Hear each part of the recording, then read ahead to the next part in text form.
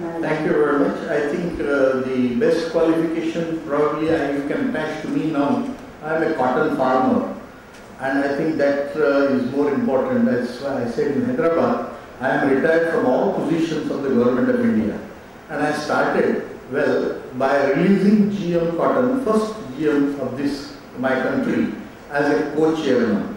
And then I learned that practically all my colleagues never knew that the cotton bolls are a flower fiber. They thought that the cotton goes like potato underground. This was the knowledge of all the regulators when I took them to the cotton fields.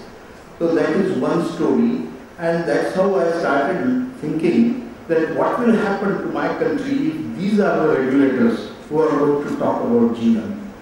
Anyway, we released first BTCotton in the country in 2002, and since then it is now 10 years.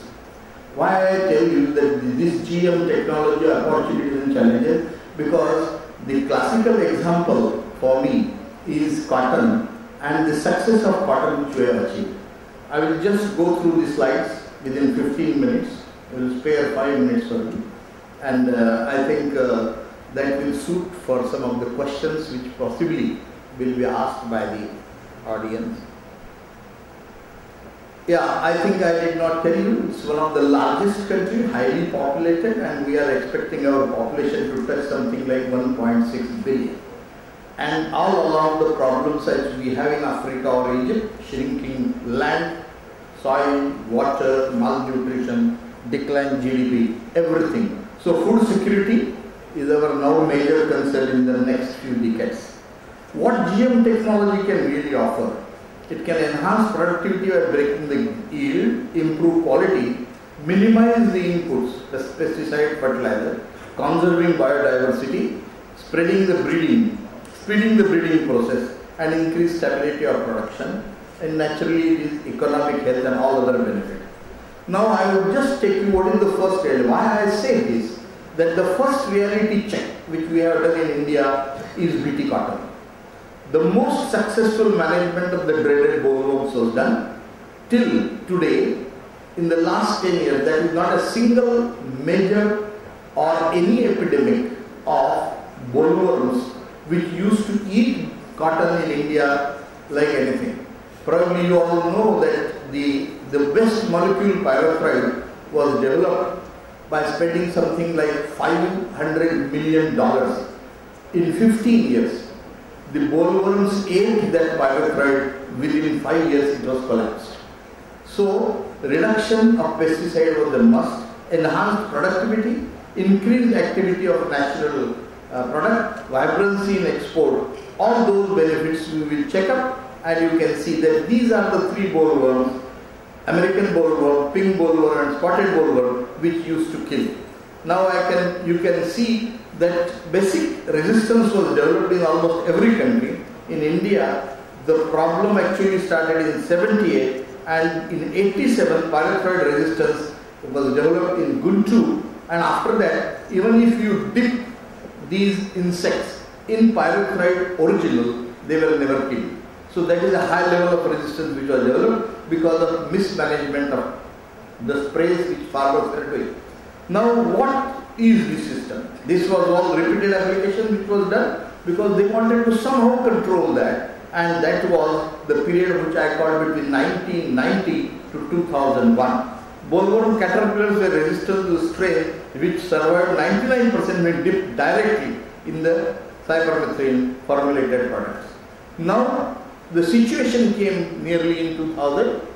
Either the bollworms were cheering or the farmers were tearing. They were tears, and that's why the only technology available with them was spray or spray.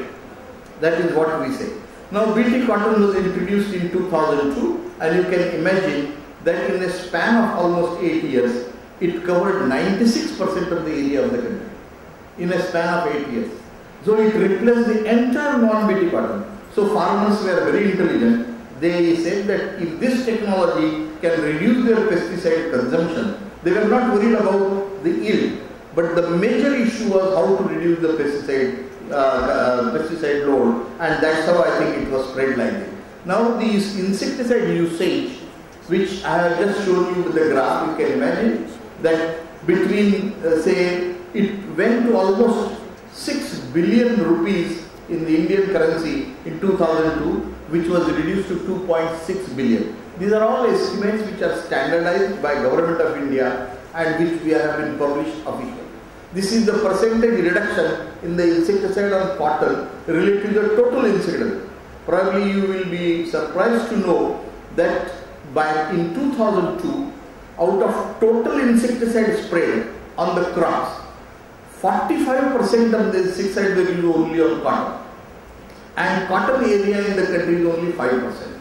You can imagine, on 5% land, they were spraying 45% of the total insecticide consumed by the country. This was the situation. And that is the major reason why Bolgard or whatever BTCotton was introduced became highly successful in the country, because the farmers were basically interested to reduce their sprays. And I think till that moment they have been very highly successful. Now the adoption, which I can just see, 2002 it was introduced, hardly a few thousand hectares. Today India cultivates nearly 10.5 million hectares of the total land under BTCotton. So out of 12 million, nearly 95 to 96% is only BTCotton. There is no other cotton left. This is what I can show you. Need not go into statistics. In each state, these are the major 9-10 states which grow cotton. All over, either it is southern part, central part or Punjab, everywhere they are growing BTCotton. Now this is the status of cotton production. You can imagine that it was, average was 152 kg lint per hectare, which has almost gone to 353, this was the total 35 million bales, it was 15 million bales, almost double the production in a span of 10 years. Now the status of productivity also you can see, it was for 10 years, the BTCotton productivity was ranging up only around 300 kg lint. Farmers were worried. Today the productivity has already touched 500, sometimes it has gone to 550. This year also we are expecting the highest production in this country. So this is an indirect effect of bollworm management. We do not say that it has been. We never introduced BT gene for increasing the yield. But it is a consequence, because you control successfully bollworm, I think the increase in yield has occurred. This is a very simple and very straightforward graph which I can show you, that the production or the area and cotton production between 92 to 2002 was almost stagnant, and that red you can see how all of a sudden the cotton production has increased in this country. Now raw cotton, we were importing almost 25 million bales, 2.5 million bales in India annually. Today we are exporting nearly 8 million bales for cotton. This is the impact of exporting. Now the second impact is, you can see, the meal utilization consumption. We were producing mostly short staple cotton, but today we have now long staple, superior medium staple and extra long staple cotton. Except now extra long staple ELS, for which we do not have a good climate in the country, we are almost self-sufficient in every type or category of cotton. Now, we did not only depend on Monsanto alone. That is another, people think that it is only Monsanto's event. No, we have our own event, like Cryon AC of Monsanto, this Bolgard 2, but then we have our own event of Cryon 1, then we have also Cryon A1, AB, ABC with Nasim, Chinese event. We have our own event, Cryon AC, local varieties, and now we have our Metahelix, 6 events. So we diversified in the actually Bolgard event also, so that there should not be any breakdown of resistance. This was our basic concept of management. Now you can see the diversification of BT technology which has occurred in India, which possibly has helped us to retain or regain or retain our resistance focus on BTCotton. Now there are about nearly 12 studies carried out between 2002 to 2010, which shows what is the yield increase, reduction in spray, increased profit and profit per hectare. This is general average. You can see that yield increase can be up to 60%, reduction of spray is 70%, increased profits from between 70 to 135%, and profit per hectare is almost 76 to 250 US dollar. This is based on all studies, not only by private individuals, but also by institutions like the Apex Agency ICAR, Andhra University and other organizations. Now there are indirect consequences of BTCotton. Certainly we have to also see and manage as a researcher, because insecticide use decline on pyrethroid. But simultaneously we have certain problems like what we call it as a paravid. And we realize that this paravid has been mainly because of high bole retention. We were having photosynthetic translocation imbalance, and that's how it has created. So we have to now struggle with more of nutrition. High expectations, less results from rain-fed and fertilized soil, less fertile soil. Susceptibility to sooking pest, because unfortunately in India we released large number of hybrids, and hybrid technology is only unique in the country. Now there are hybrids which are highly susceptible to other pests, and naturally there are a lot of blame sometimes come to BT technology. Actually the technology has done nothing. Technology is highly successful. Only it is the material in which we have been able to put this.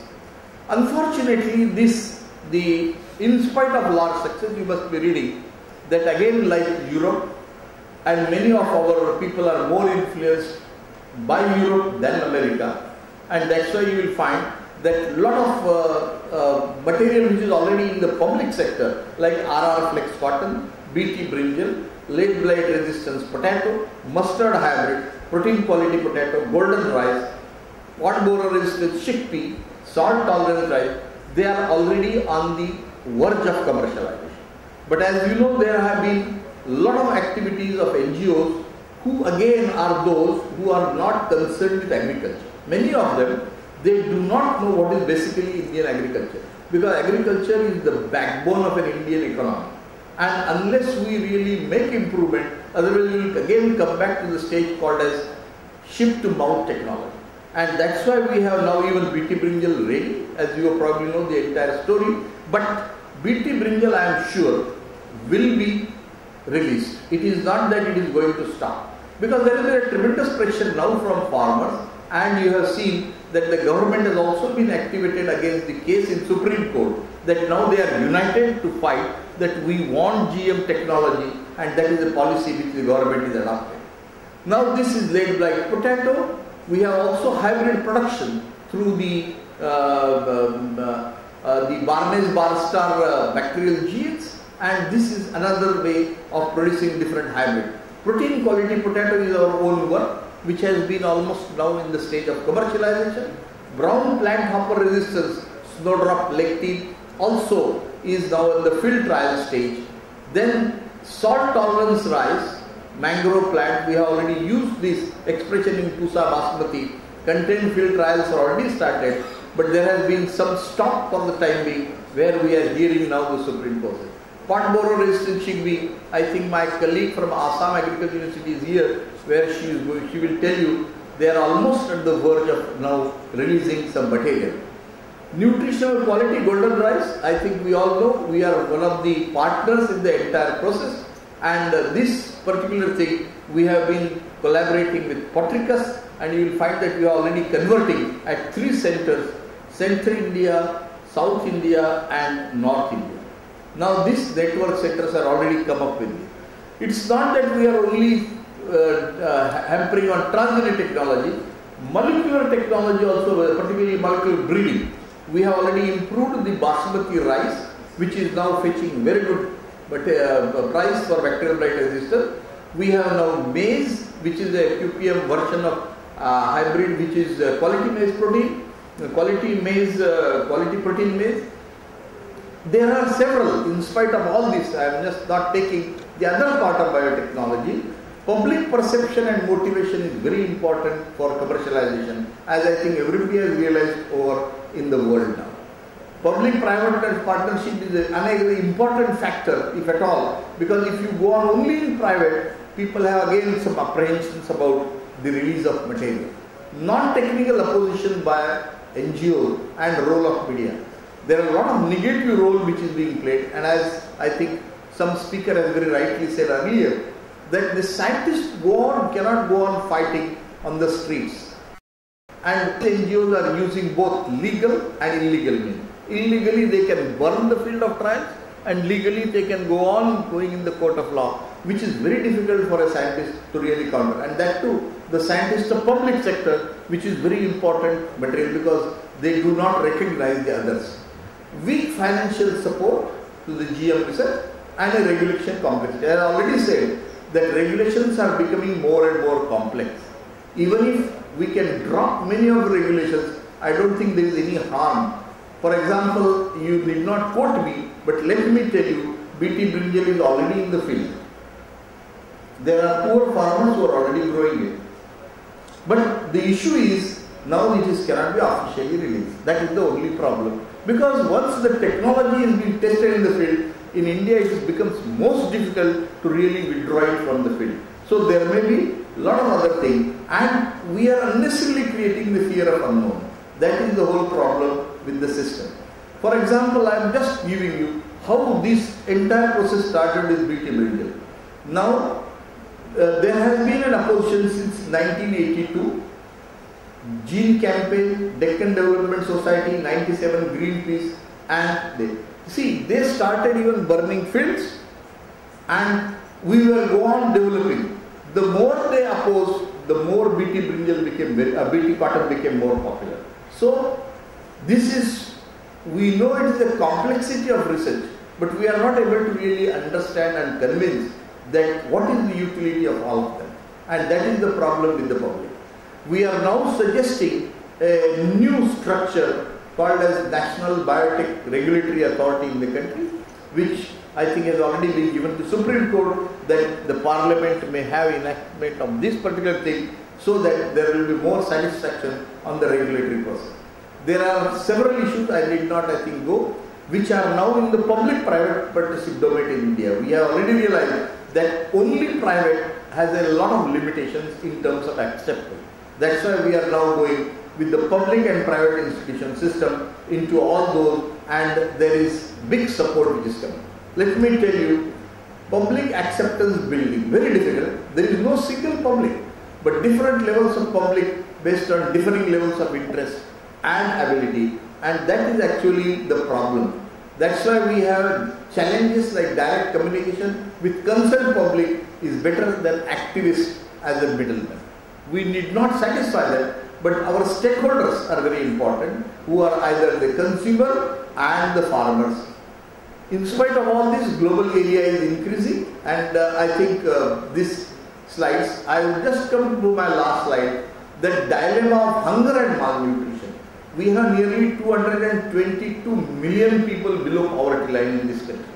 Out of this 1.2 billion. Now, this hunger line, the population is growing, the hunger line is not coming down, mainly because of this issue.